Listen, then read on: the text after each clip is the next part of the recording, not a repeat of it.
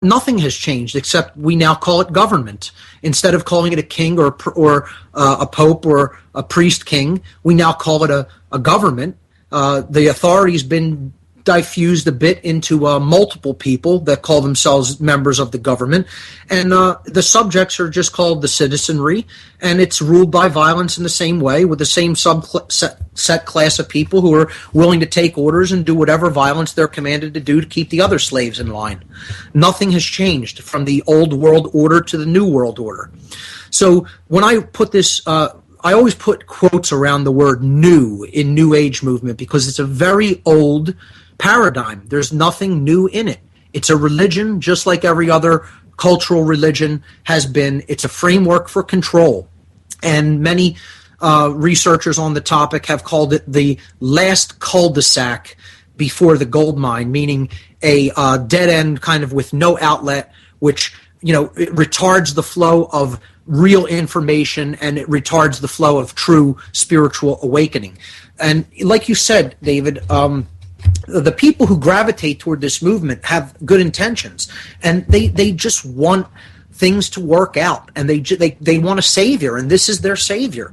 The savior is the New Age movement. The savior is meditating for peace instead of actually teaching the true difference between the non-aggression principle and self-defense principle combined versus the violence ideology. Instead of really trying to hammer that home into people, I can't be forceful with my ideas and tell people that they believe in nonsense if they believe in statism, which is essentially just a euphemism for slavery. That would make people feel uncomfortable. I can't be aggressive like that. I have to be passive and let them have their belief system. That's a big part of this belief system called the New Age movement. I mean, we could look at specific deceptions that are contained in this movement and break them down. You look at the idea that, you should never pay attention to anything that's negative. Yeah. Ignore the negative. Don't look at that. That's going to make you upset, and that's just going to bring on more of the negative. And people actually believe this. They actually really deeply, genuinely believe that if you pay attention and learn about the negative things that are going on in the world to a point where you really have a good handle on all the different multifaceted methodologies of control, of pollution, of dumbing people down, of looking at GMOs, looking at poisons in food, chemicals in the water, in the air, etc. Okay, they'll say, don't look at all of that, and certainly don't try to resist all of that. See, it's about not taking action and not resisting. But the first thing they try to get you to do is to ignore anything that's so-called bad or negative. All right, so. And I'm not saying there aren't negative things. And if you get too focused on them, if you get obsessed with them, yes, it can be draining. It can be devastating. If you're just focusing on that and not being effective by trying to combat it and do something about it that is positive. Okay, there has to be balance here. And I'm not telling people just go and look into the abyss and do nothing else. You have to be aware of that abyss, that deep darkness that's here with us. But not be obsessed with it, okay, and make that the focus of everything in your day and in all of your energy. Well, it's like you said before, it absolutely has to be based from a point of view of balance, and I think that because this is the way I explain it to people, and that is that because of the amount of this corruption and tyranny and greed and what you would call darkness or evil, to use that language, because we see so much of that running rampant, what we're seeing here is signs that we need to address the core problem. It'd be like if your body just suddenly starts showing signs of weakness or illness, you might want to go and check out and see if there could be a cause that's there, some kind of a disease or some kind of an ailment or an injury even that you need to address. You could say, you know what, I don't really want to pay attention to that because it's killing my Zen thing, man. It's killing my mojo. It's breaking down my spirit. But really, if you think about it, you're just going to get worse if you don't address it. That's exactly right. See, it's the exact opposite.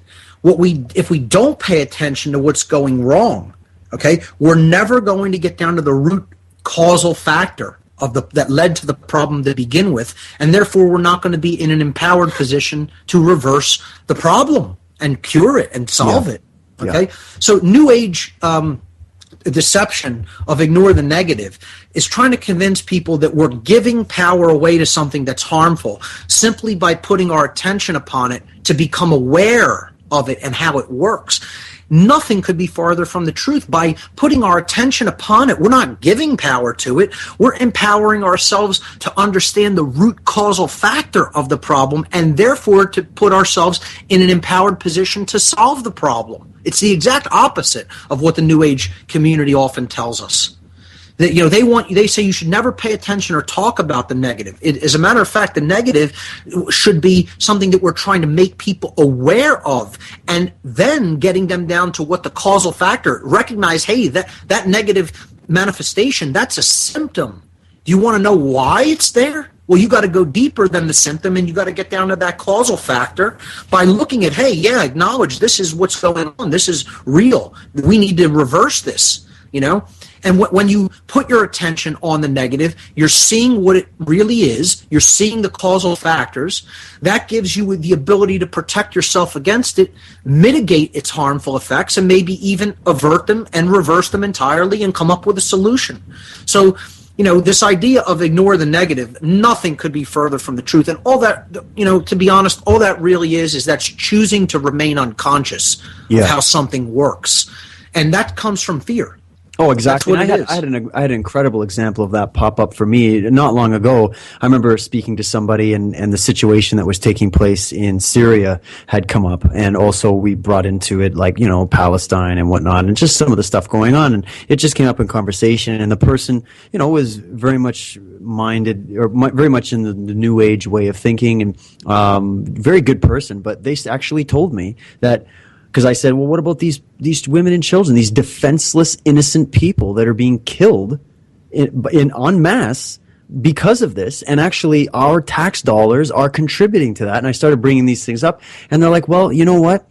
This is just something that's part of this reality. We're at this stage of growth in this particular school, and those children and those souls, they knew what they were getting into, and they chose to come here to have that experience, and we can't interfere with that process. And they started going on this whole thing, and I think I sat on the floor with my jaw just open because of I didn't even know how to respond right away because it just shocked me so greatly that they could even say that. I want to come out and just be just take a direct, hardcore left hook at this, okay, and just be callous, if I will, if I may. Oh, please. Okay, well, let me tell you what that dynamic really is, and you could tell, let the person hear this, please, by all means.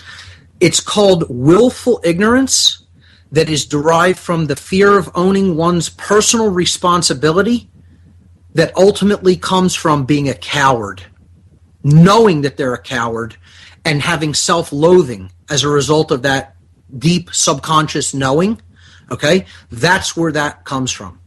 Now, if that's the psychological breakdown of what's actually going on in people's mind who think like that, and they try to euphemize it and give it this nice little label called, I'm a New Age thinker.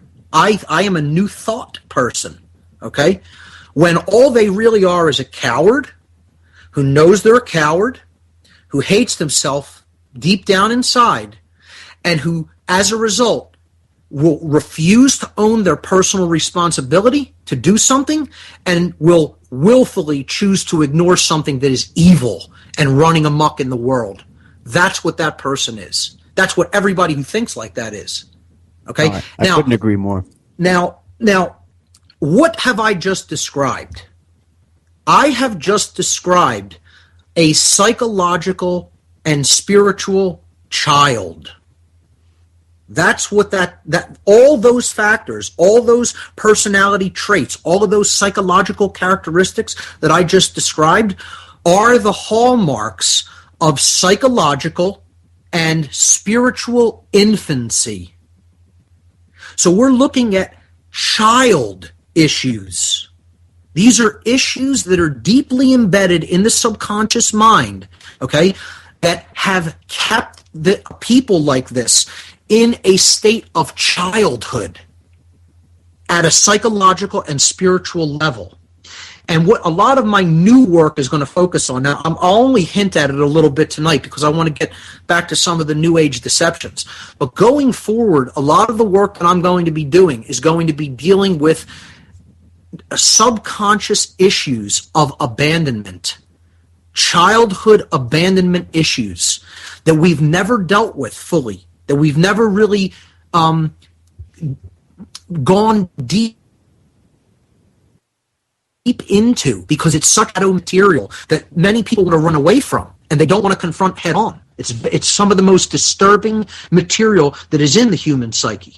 Okay? And because we don't want to do that cleansing work, dealing with abandonment issues, and these are multifaceted issues, all we really need to do is just compare what we just talked about here with a person deeply ensconced in the New Age thought, in the New Age religion, saying evil should just be allowed to go on unchecked because it's all just an experience and souls have made this choice to experience this at a soul level in some past life that we don't even know exists or not, okay?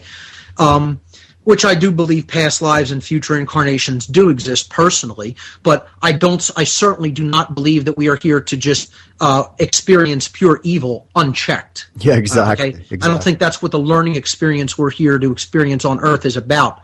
Pardon me for not getting on board with that, but I just think that's a ridiculous notion. Yeah, our experience here has been hijacked. If you that's look right. at it like that, and we're part of it. We're actually complicit with that hijacking. People like this are feeding into that very hijacking. Exactly. And that's a slave who wants to remain a slave. And I don't really care who hears that as harsh. For people who know what my tact has been, they know I don't pull any punches and I don't sugarcoat words. I'm going to tell it like it is. And if you're offended by that, people should get as offended as they want by that. It's a slave who doesn't want to rebel against their slavery. And you know what? If you've come here on the earth now in this time, do you know what you've really come here to do? You didn't come here to experience evil, run amok and unchecked. You came here to participate in a slave rebellion. That's what you spiritually came here to do. And you've been hijacked from that plan by the New Age movement. And the New Age movement was put there by the dark occultists who are in control of this planet, who are really ultimately running the plantation and keeping the slaves. They're the people who have put that ideology in your head, and you don't even understand that. These people don't even understand that the very slave masters of the plantation that they are on have given them their belief systems. They've given them their religions to control their mind and keep them a slave and get them to say ridiculous things like, we should never rebel against slavery, and it's just an experience and it was all agreed to. Well, you know what? I don't recall ever agreeing to be a slave held against my will. This is a captive situation. This is a hostage situation. Earth and humanity are in a hostage situation. For people who don't understand that, you're completely asleep. 100% totally asleep. This is a hostage situation that we are in. Wow. And that's, you know what? Yeah. We are here to lead the rebellion against this plantation called life on Earth right now. Okay? You were spiritually put here to lead a rebellion against slavery. And the New Age movement has done a beautiful job hijacking that rebellion, a beautiful job. But to go back into this dynamic that I'm going to be talking about more and more, I'm going to be getting into how this all ties in with deeply seated in the subconscious mind, childhood abandonment issues. And then a lot of my work is going to focus on what I call cosmic abandonment issues, that humanity as a whole, in the aggregate as a species, is suffering from ancient, embedded abandonment issues from our inception, our origins as a species, from deep in human antiquity. We are wrestling with cosmic parental abandonment issues, which again, that's just a little hint here today. I'll be getting into it more on future shows, and I'll of course be getting into it in future videos that I do. But when we come back after the break,